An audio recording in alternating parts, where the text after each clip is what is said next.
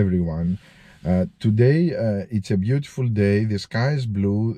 There is a lot of sun, and the temperature is close to zero.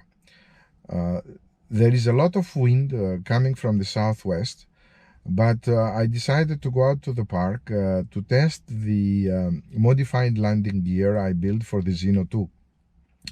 So I mounted as well the RunCam 5 external camera underneath the belly of the quad. And as you're going to see, the flight went very well, and I landed it on the ground very softly, and really the modified base now works fine. I did 3 sequential flights.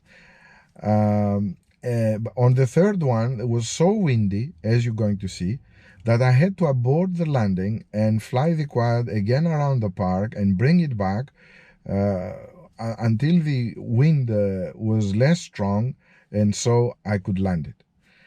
So thank you very, very much for watching my channel, and please don't forget to subscribe. See you next time.